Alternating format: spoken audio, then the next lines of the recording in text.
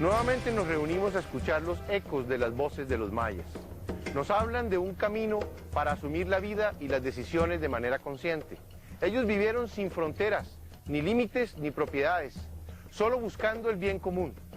Desaparecieron misteriosamente en el año 830 después de Cristo de una manera aún no explicada científicamente, en el clímax de su civilización. No pretendieron tener las respuestas de todas las preguntas del mundo. Solo quisieron vivir en sincronía con la naturaleza y con la mente abierta al cosmos. Con la primera profecía nos hacen conscientes de que no somos ruedas sueltas en el universo, que éste tiene ritmos que comienzan y terminan. Con la segunda profecía nos entregan un espejo para reflejar nuestras relaciones, la que tenemos con nosotros mismos y la que tenemos con los demás. En la tercera profecía lo que debemos analizar es nuestra relación como individuos y como especie con el planeta donde vivimos. Acompáñenos a unir los elementos que normalmente vemos sueltos para convertirlos en una fuerza generadora de conciencia, abundancia y prosperidad. En la primera profecía, los mayas afirman que el universo tiene ciclos, períodos de tiempo que comienzan y terminan, como el día y la noche. Que nos encontramos actualmente al final de un ciclo, en un período de transformación, llamado el tiempo del no tiempo, que terminará el sábado 22 de diciembre del año 2012 y cambiará por completo al planeta y a la humanidad. Afirman que el sistema solar se desplaza en una elipse que lo aleja al centro de la galaxia, de donde recibe cada 5.125 años un rayo sincronizador. Es como el latir lumínico del corazón de la galaxia. Palpita para sincronizar a todos los seres vivos del universo y aumentar periódicamente su nivel de vibración, conduciéndolos hacia una mayor armonía. Predijeron que el miércoles 11 de agosto de 1999, la luna eclipsaría al Sol y los planetas del sistema solar se alinearían para reflejar su energía hacia la Tierra, acelerando el proceso de transformación. En la segunda profecía, los mayas dicen que al aumentar la frecuencia de vibración del planeta, nuestras células, que también vibran permanentemente, tratarían de sincronizarse armónicamente con el nuevo ritmo de vibración.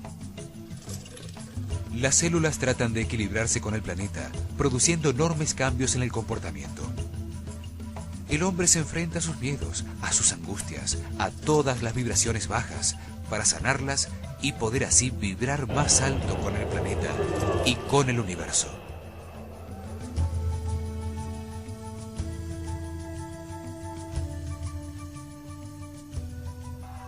El miedo, el odio y la intolerancia producen vibraciones bajas.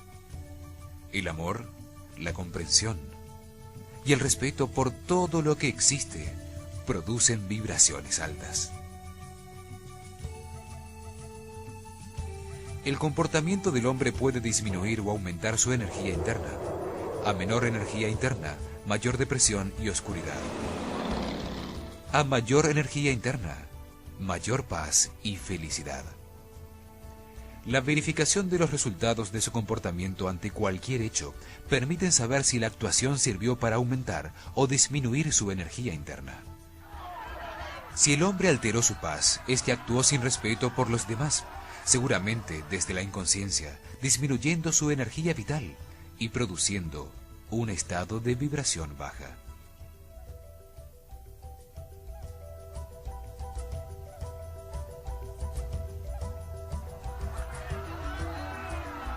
Si se siente bien, es que actuó con comprensión y respeto, valorando y agradeciendo el suceso como una oportunidad para aprender sobre la vida. Es decir, actuó con sabiduría, aumentando su energía vital y produciendo un estado de vibración alta. La segunda profecía dice que nos encontramos en el gran salón de los espejos, en el tiempo en que cada hombre es su propio juez. Es su última oportunidad para aprender sobre nuestro comportamiento y cambiar. La tercera profecía dice que una ola de calor aumentará la temperatura del planeta, produciendo cambios climáticos, geológicos y sociales en una magnitud sin precedentes y a una velocidad asombrosa. Los mayas dicen que el aumento de la temperatura se dará por la combinación de varios factores, algunos de ellos generados por el hombre, que en su falta de sincronía con la naturaleza solo puede producir procesos de autodestrucción. Otros factores serán generados por el Sol, que al acelerar su actividad por el aumento de su vibración, produce más irradiación, aumentando la temperatura del planeta. Cada uno de nosotros de alguna manera ayudamos a deforestar el planeta o a contaminarlo, con nuestros automóviles arrojando basura en las calles o en los parques públicos, ayudando a que el clima de la Tierra se vuelva en nuestra contra.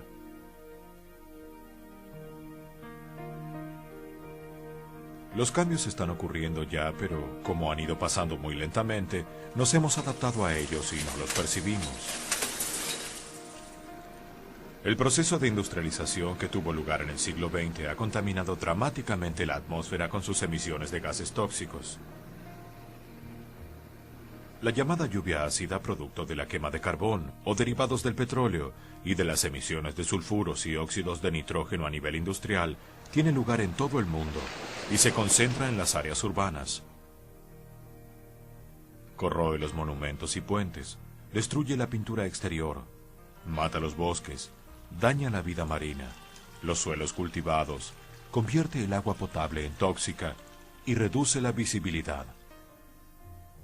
Las chimeneas contaminantes de miles de fábricas, indiferentes al daño que provocan, modificaron las temporadas de lluvias, las estaciones y el clima. En millones de lugares del planeta aún se cocina con carbón y leña, creando fogatas que emiten grandes cantidades de humo, cenizas, vapor de agua y gas carbónico.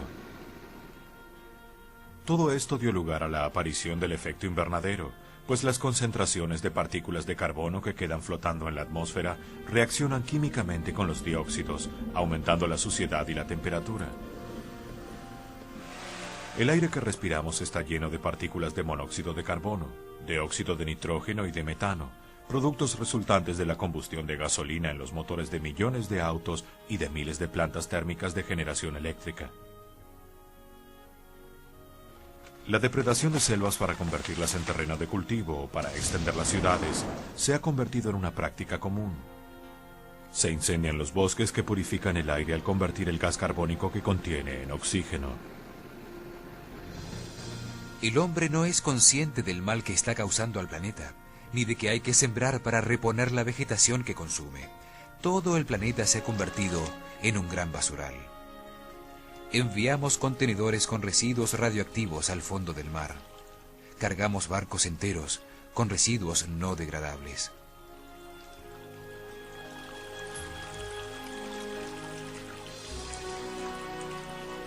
Todos estos procesos alteran el contenido de ozono en la atmósfera, un elemento que puede ser beneficioso o perjudicial dependiendo de la altura a la que se encuentre.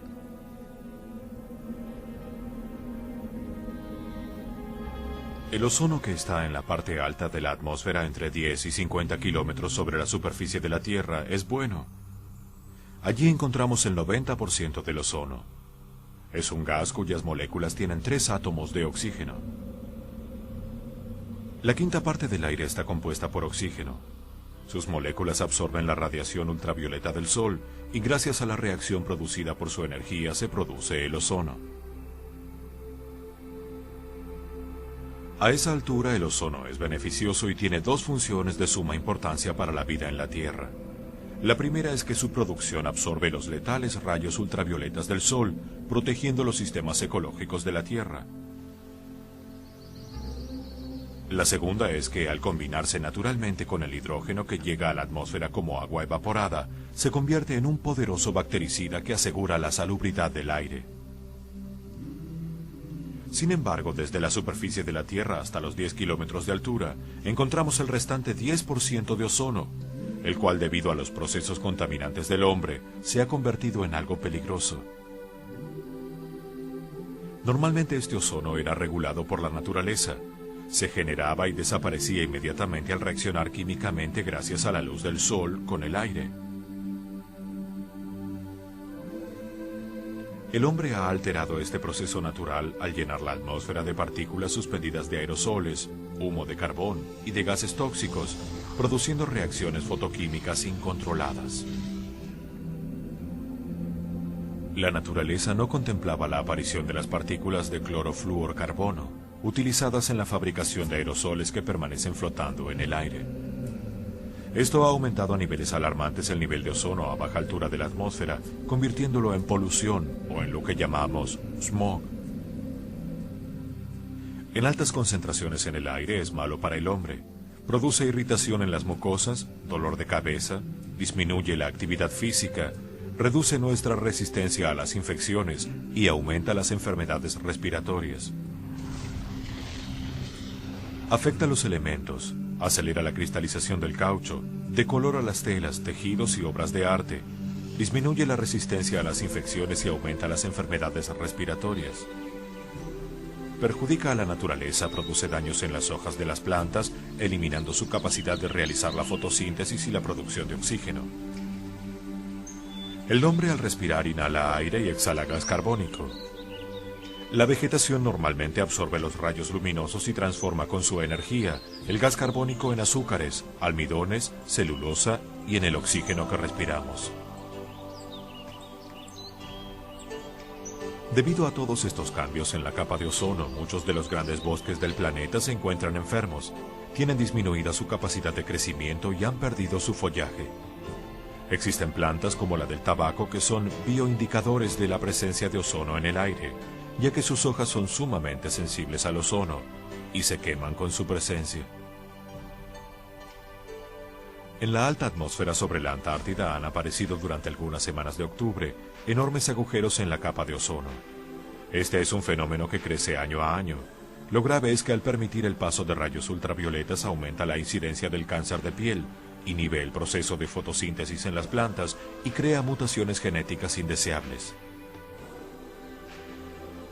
Todo esto ha causado un aumento en la temperatura del planeta.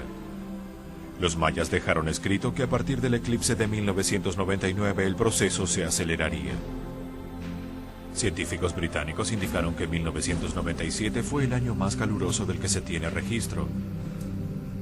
Expertos en clima de Estados Unidos declararon que enero y febrero de 1998 fueron los meses más calurosos y húmedos de los últimos 100 años.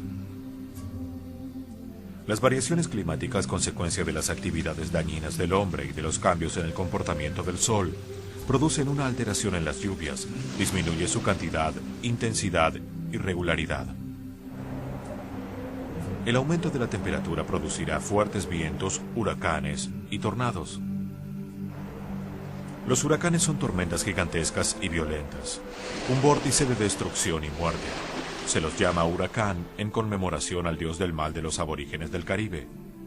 El huracán Mitch y los fenómenos asociados a la corriente del Niño son evidencias de la tendencia hacia los grandes desastres causados por el clima.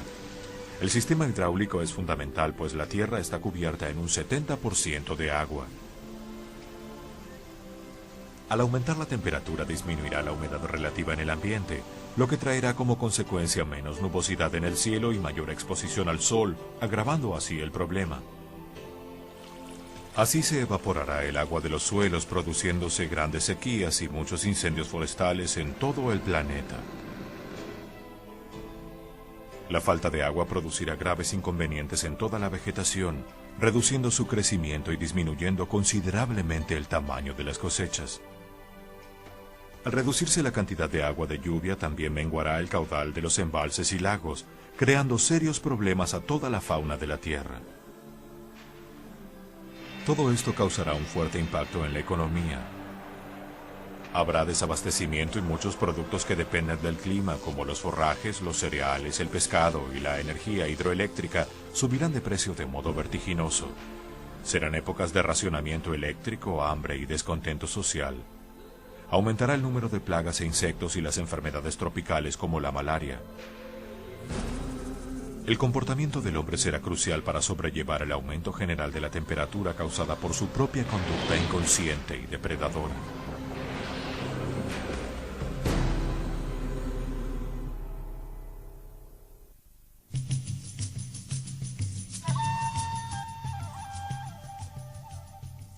La tercera profecía dice que el Sol aumentará la cantidad e intensidad de las erupciones solares.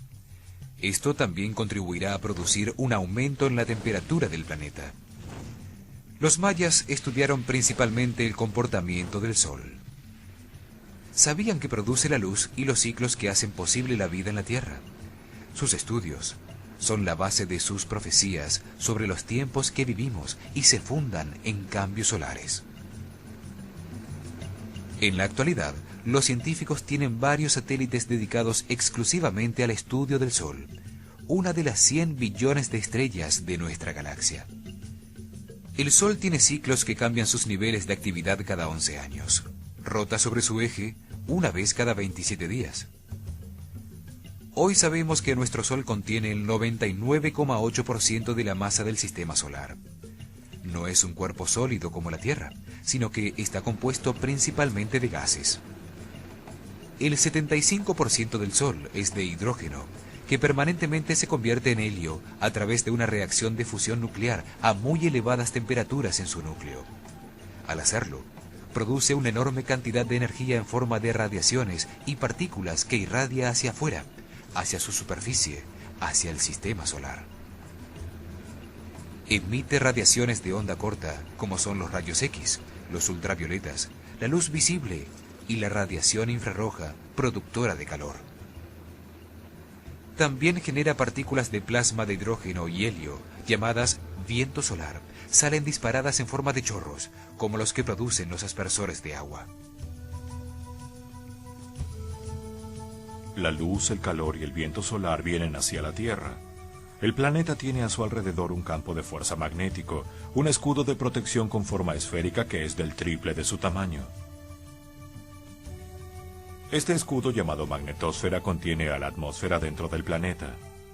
En su parte más alta se encuentra la ionosfera, donde el oxígeno y el nitrógeno que respiramos interactúan con las partículas de helio e hidrógeno que llegan con el viento solar. Allí se produce el ozono, al reaccionar con los rayos ultravioletas.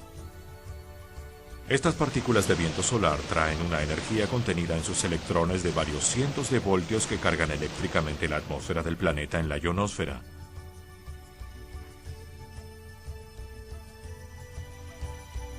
A veces aparecen manchas solares en la superficie del Sol. Se trata de regiones con campos magnéticos muy fuertes que producen fuertes estallidos de plasma en el Sol. Al hacerlo irradian hacia la Tierra llamaradas con una fuerza de miles de bombas de hidrógeno, cantidades inusuales de luz y calor y partículas de viento solar de alta energía. La atmósfera recibe la carga de esta energía inusual ocasionando tormentas eléctricas. Los rayos producen daños en los transformadores de las redes que llevan la electricidad a nuestras casas, ocasionando pérdidas de información en los sistemas informáticos.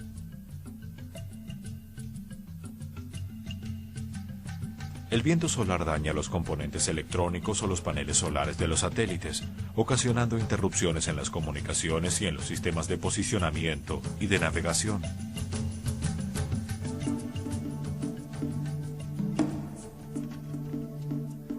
Los mayas tuvieron su mente abierta siempre al cosmos. Su religión fue eminentemente astronómica. Comprendieron que el ser humano no es más que una proyección de energía y que sin energía no hay materia. Encontraron que esa energía depende del Sol, que todo ser viviente, animal, vegetal o mineral, no puede existir sin la fuerza invisible del Sol. Si falta la luz del Sol, la vida se hace lenta. Por ese motivo dormimos cuando no está presente. Descubrieron además que la energía se mueve en ciclos y que el ciclo básico depende del giro de la Tierra sobre su eje y de la posición alrededor del Sol.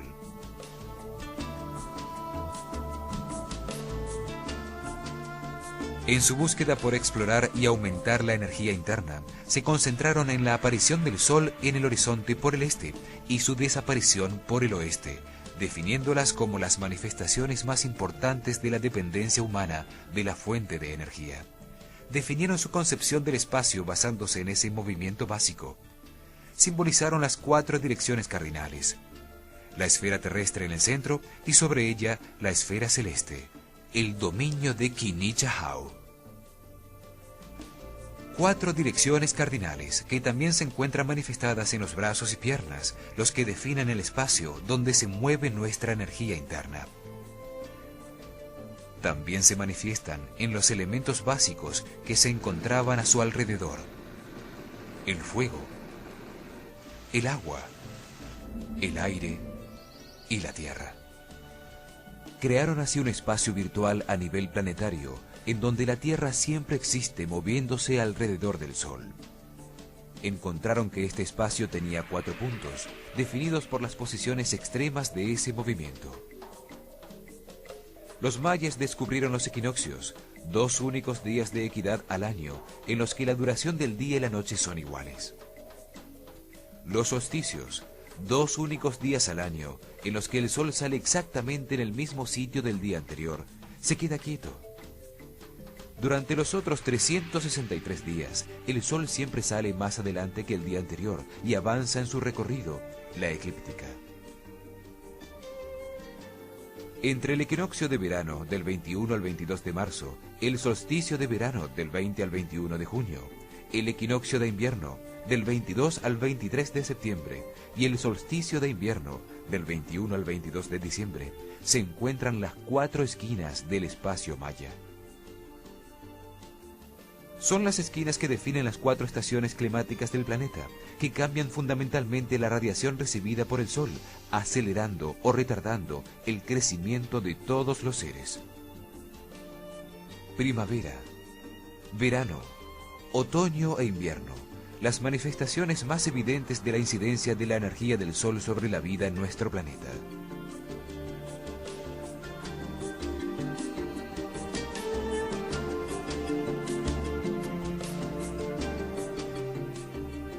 Pero los mayas llegaron a la conclusión de que no todas las cosas tienen las mismas propiedades, a pesar de estar todas expuestas a la misma luz del sol. Encontraron que el sol no es la única influencia energética. La luna refleja la luz del sol, influyendo con su fuerza de atracción a todos los fluidos en el planeta. Eleva las aguas y las vuelve a bajar suavemente.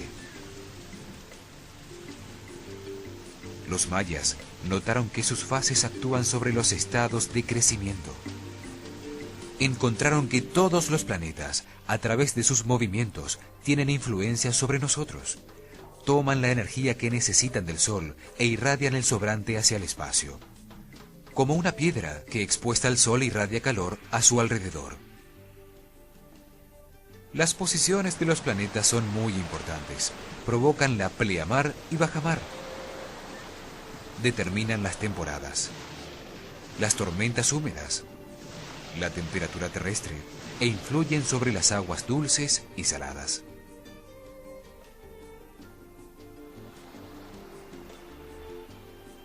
El sistema solar, en su elíptica de 26.000 años que lo aleja y acerca al centro de la galaxia, gira alrededor del Alcíone, el sol central de la constelación de las Pléyades. Este movimiento es conocido por los científicos con el nombre de la precesión de los equinoccios. Esta constelación era de suma importancia para los mayas, tal es así que una de sus estrellas lleva su nombre. En la mitología griega, las Pléyades eran 7 hermanas, hijas de Atlas y Pleione, de las que se enamoró Orión, el cazador gigante que vivía persiguiéndolas. Sus nombres eran Electra, Maya, Taiguete, Alcíone, Seleno, Astérope y Mérope. Zeus, para ayudarlas a escapar, las convirtió en palomas. Volaron y se convirtieron en el conjunto de estrellas de la constelación de Tauro, el Toro. Los mayas descubrieron en sus estudios que existen unos campos energéticos alrededor de todos los seres vivos, que se ven afectados por estos ciclos de energía en movimiento. El hombre maya abrió su mente al cosmos y conectó su corazón desde la Tierra con nuestro Sol, y de ahí con Alcíone en las Pléyades para llegar a Hunabku, en el centro de la galaxia. Así se mueve la energía conscientemente.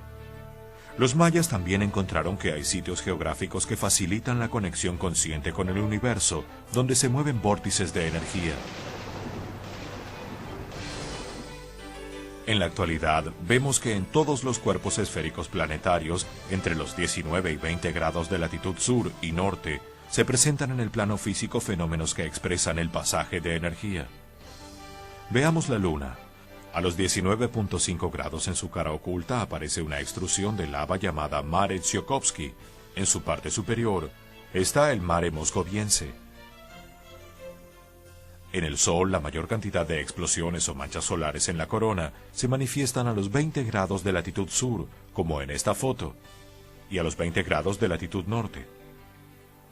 Marte tiene el volcán Olympus, el más grande del sistema solar, a 19.3 grados latitud norte. Venus tiene los volcanes activos Alfa y Regio a los 19.5 grados. El gran punto rojo de Júpiter está a los 19.5 grados latitud sur.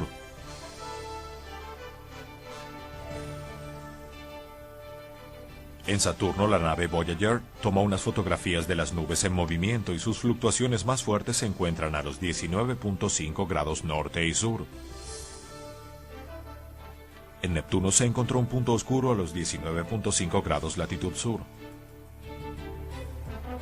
La Tierra tiene su volcán más activo, el Mauna Kea en Hawái, a los 19.5 grados de latitud norte. ¿Es solo una casualidad? Valdría la pena investigar la teoría que Richard Hoagland elaboró al respecto. Veamos el sitio donde vivieron los mayas en nuestro planeta. Analicemos geométricamente esa ubicación. Un cuadrado contiene a la esfera. Coloquemos una línea sobre el ecuador a los 0 grados y otra vertical a los 90 grados de longitud. Contengamos el cuadrado dentro de otra circunferencia. Si dibujamos dos triángulos equiláteros, veremos que sus bases se encontrarán a 19.5 grados de latitud norte y sur. Curiosamente, a los 19.5 grados de latitud norte y 90 grados de longitud, se encuentra la pirámide de Kukulcán, en México, en el centro de la masa continental americana.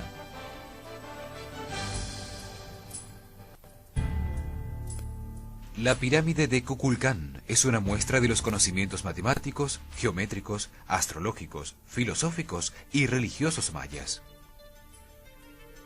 Ocupa el centro exacto del espacio terrestre y es el punto de enlace entre el espacio celeste y el inframundo. Una pirámide fue construida allí por los mayas en el año 430 de nuestra era, y luego, en el apogeo de su civilización, creció sobre ella la que aún permanece. La pirámide es un gigantesco reloj solar. La utilizaban para ajustar sus calendarios. Una confirmación del conocimiento exacto de los movimientos del Sol le da sentido filosófico, cronológico y esotérico a su religión.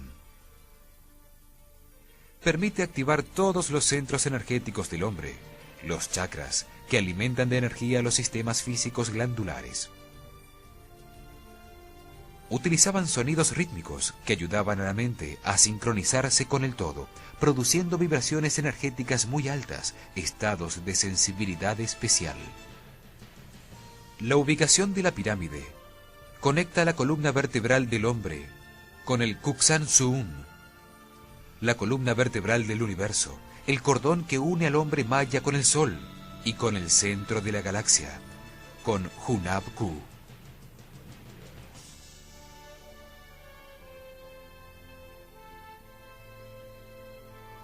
Esto se lograba al sincronizar las dos partes del cerebro del hombre, la parte izquierda que controla la razón, la lógica, con la parte derecha que maneja la intuición, la sensibilidad.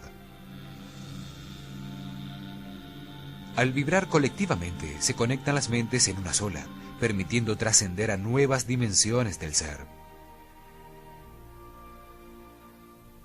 Los mayas aprendieron a utilizar la mente con los dos hemisferios del cerebro, simultánea y equilibradamente, logrando desarrollar nuevos sentidos telepáticos que permiten la unidad de conciencia colectiva.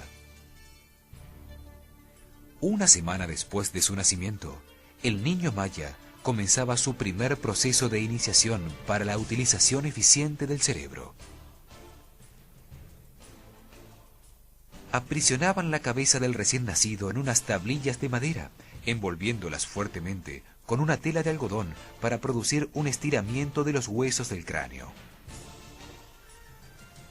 A través de esto acomodaban y excitaban dos glándulas, una que se encuentra a la altura del centro de la frente, a la altura del tercer ojo, llamada glándula pituitaria, y otra que se encuentra en el centro del cráneo, llamada glándula pineal. Estas glándulas, trabajando en conjunto, producen unas sustancias que desarrollan la clarividencia, es decir, excitan al cerebro, permitiéndole captar o transmitir el pensamiento. Para los hindúes, estas glándulas se comunican directamente con los chakras de la frente y de la coronilla, sitios de entrada de la energía del prana, del pua.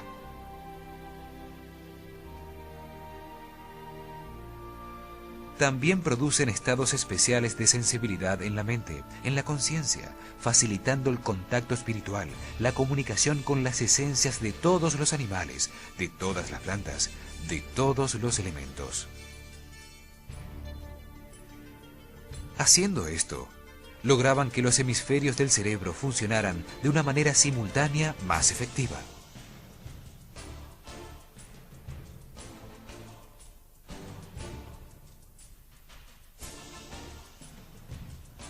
Cuando el niño cumplía 20 meses, comenzaba el segundo proceso de iniciación.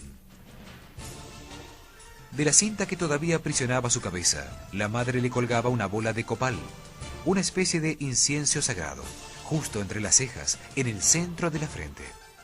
Ese olor excitaba las glándulas, y la necesidad de forzar la vista para mirar la bola de copal en el centro de los dos ojos le enseñaba a utilizar simultáneamente ambos hemisferios cerebrales.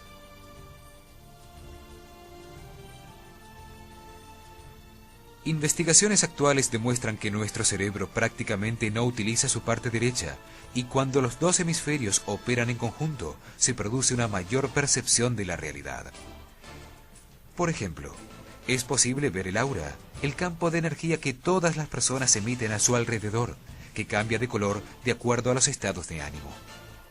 Las imágenes estereoscópicas utilizadas usualmente en libros y postales no son más que un ejercicio para que nuestro cerebro aprenda a utilizar simultáneamente sus dos hemisferios mientras se esfuerza por descubrir una figura.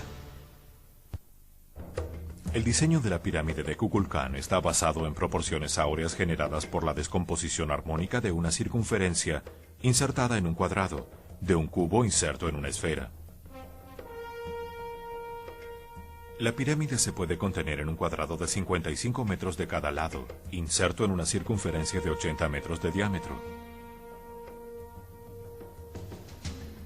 Tiene la orientación precisa de 17 grados al noreste para recibir la luz del sol en los días del equinoccio y permitir así el armonioso juego de luces que simboliza la bajada a tierra de Kukulcán. Su ubicación estratégica favorece la atracción de la energía del sol en los equinoccios, cuando los días tienen la misma duración que la noche. La luz y la sombra están en equilibrio. Ese es el momento en el que están dadas todas las condiciones energéticas y espaciales para dirigirse hacia Hunabku. En una ceremonia con mantras rítmicos se producen estados alterados de la conciencia que permiten percibir la realidad de una manera diferente. Si al cuadrado se lo rota 45 grados, la circunferencia se divide en 8 medidas iguales, las que al unirse dan surgimiento a un octágono. El octágono define el tamaño y la ubicación en su centro de 4 escaleras de piedra que conducen al templo en la parte superior de la pirámide. El ancho de las escaleras es definido por triángulos con su base en los lados del cuadrado. El lado del octágono tomado como radio define el tamaño de la plataforma central y el templo en la parte superior.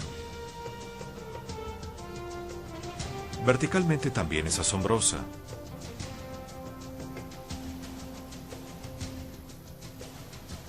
Tiene 30 metros de altura. 9 plataformas soportan un pequeño templo en la parte superior que representa a nuestro mundo. Sobre él la bóveda celeste, espacio del sol, Kinichahau. Las 9 plataformas representan a los 9 señores de la noche, del conocimiento y del tiempo.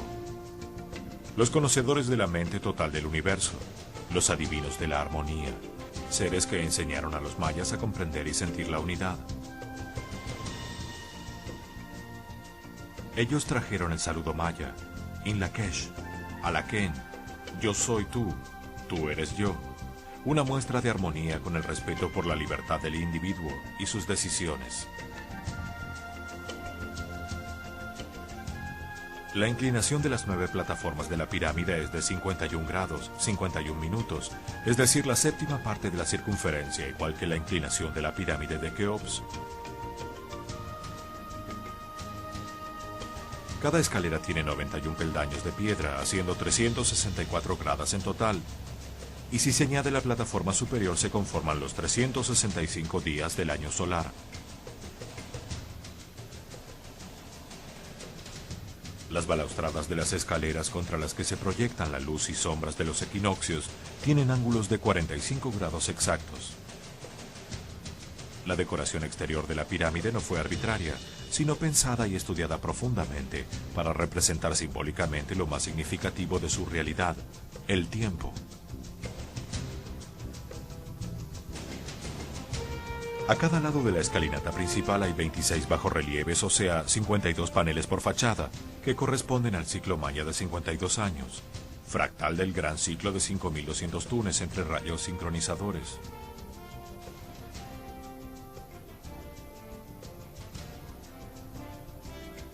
...18 plataformas, 9 a cada lado de la escalera principal... son claros simbolismos de la división del año solar maya en 18 meses. 5 adornos o almenas coronaban el templo en la parte superior por cada uno de los 4 puntos cardinales. Producen el simbolismo del Uinal, o mes de 20 días.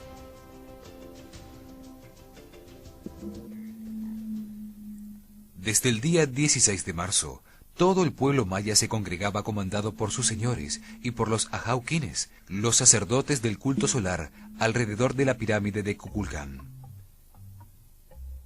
Las almenas con plumas de quetzal y banderas engalanaban el templo en lo alto, símbolo de las fiestas y del vuelo de Kukulcán para recibir el año nuevo. Comenzaban así los Wayeb, los últimos 5 días del año, que con sus noches eran considerados nefastos. Era el tiempo para las ceremonias de purificación, cuando se realizaban ayunos colectivos como señal de limpieza. En la plaza, frente a la pirámide, se bailaba para equilibrar las energías masculinas y femeninas, como ofrenda a Chak, la esencia de la lluvia. Mantras sagrados, palabras repetidas rítmicamente con los nombres de las esencias, producían un estado alterado de conciencia colectivo. El día 21 de marzo, quinto y último día Wayeb, 21 de Xul, día del equinoccio de verano, entre la 1 y las 4 de la tarde, se producía un movimiento ondulatorio de luz y sombra contra la balaustrada de la escalera principal, que remata en la cabeza de la serpiente. Kukulcán desciende del cielo, anunciando el nuevo año y la época de siembra. El fenómeno de luz y sombra indica el final de la sequía, el movimiento que comienza para preparar las tierras para la siembra, cuando se volvían a escuchar los cantos de las aves, la primavera.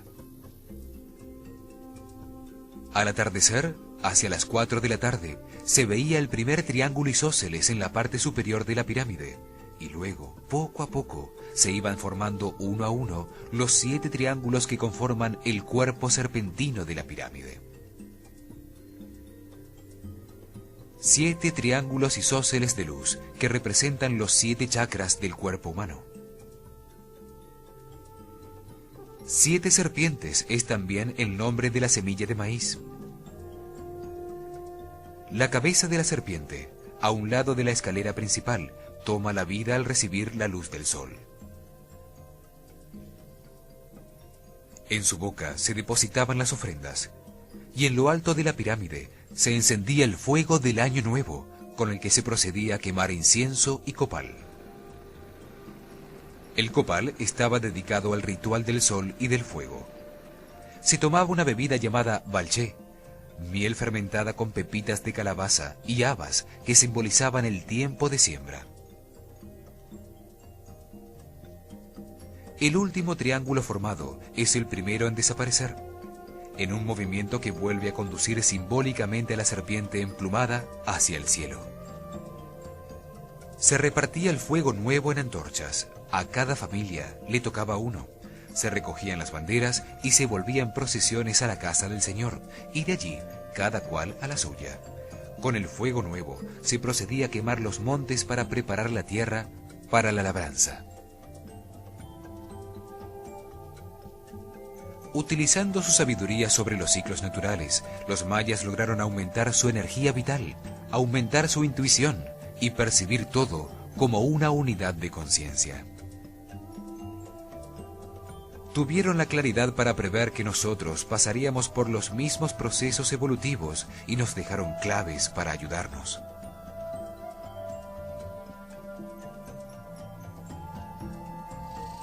La serpiente cascabel, Crotalus durisus, representa al sol en la cultura maya. Tzapcan, su nombre en lengua maya, significa Tzap cascabel y Can, serpiente. También quiere decir cuatro. 4 serpientes, 4 elementos, 4 ciclos. Nacimiento, crecimiento, madurez y muerte. 4 estados en la naturaleza, 4 movimientos de las ondas, los 4 puntos del espacio que formaba el Sol con los equinoccios y en los solsticios. Para los mayas era un reloj solar. Cada año en julio, cuando el Sol alcanzaba su punto más alto en el cielo, la serpiente cambiaba de piel y en su cola crecía un nuevo cascabel con forma de corazón que simboliza el año maya. Los triángulos isósceles de su piel se volvían el elemento más importante de la decoración de sus palacios y pirámides. Homologaban la pérdida de sus colmillos una vez cada 20 días con el mes o Huinal maya. La serpiente simbolizaba el movimiento ondulatorio y cíclico del tiempo. El cambio de piel de la serpiente y su resurgimiento de cada año representa la vida eterna, la reencarnación, el convertirse en un ser nuevo. Los mayas creían que el espíritu comienza encarnándose en una serpiente, obligado a reptar en el polvo de la tierra. Muere y renace muchas veces, perfeccionándose hasta poder erguirse del suelo. En ese momento desarrolla las emociones, encarnándose en un animal y evoluciona paso a paso hasta nacer como un hombre, obteniendo la razón, el pensamiento. Una vez que el espíritu se ha encarnado en un hombre, deja la forma física a través de su propio esfuerzo consciente y se eleva hacia planos superiores como un pájaro, la serpiente emplumada. La historia de la evolución de la serpiente en águila es la base de la filosofía maya.